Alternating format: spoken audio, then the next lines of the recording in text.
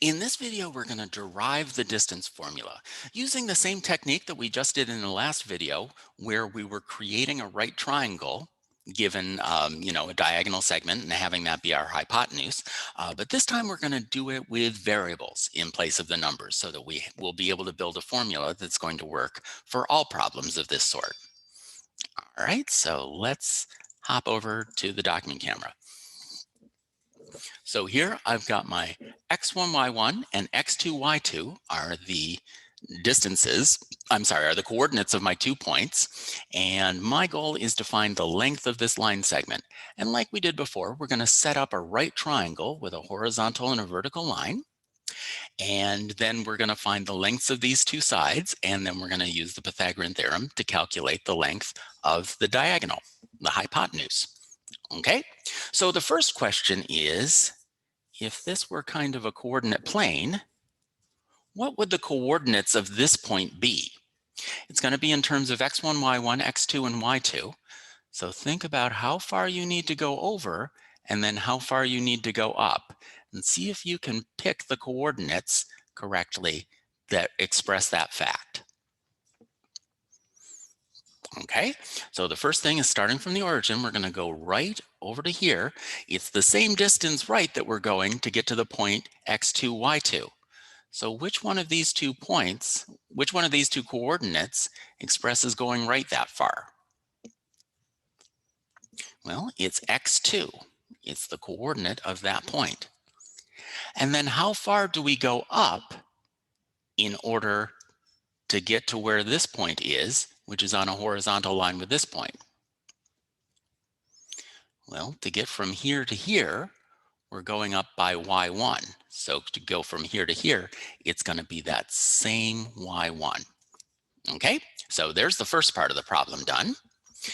Now, let's see if we can figure out how long these 2 line segments are.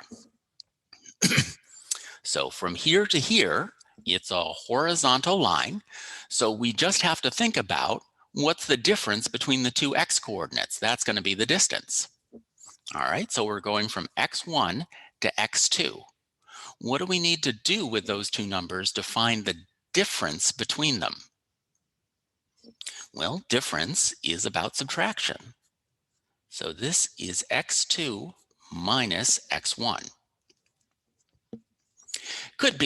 It could be, this just happens to be that x2 is greater than x1 in this diagram. So this might turn out to be a negative number, but as we'll see, it's not going to matter very much.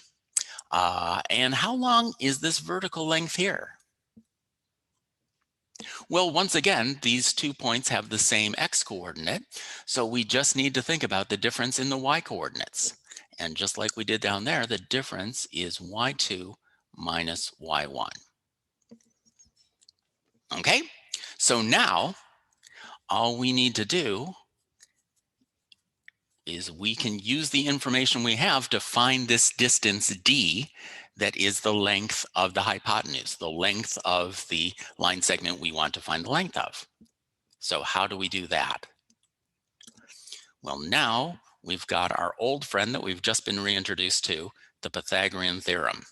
And so the length of this side is x2 minus x1, and we have to square that and add it to the length of this leg, y2 minus y1 squared, and that is equal to d squared.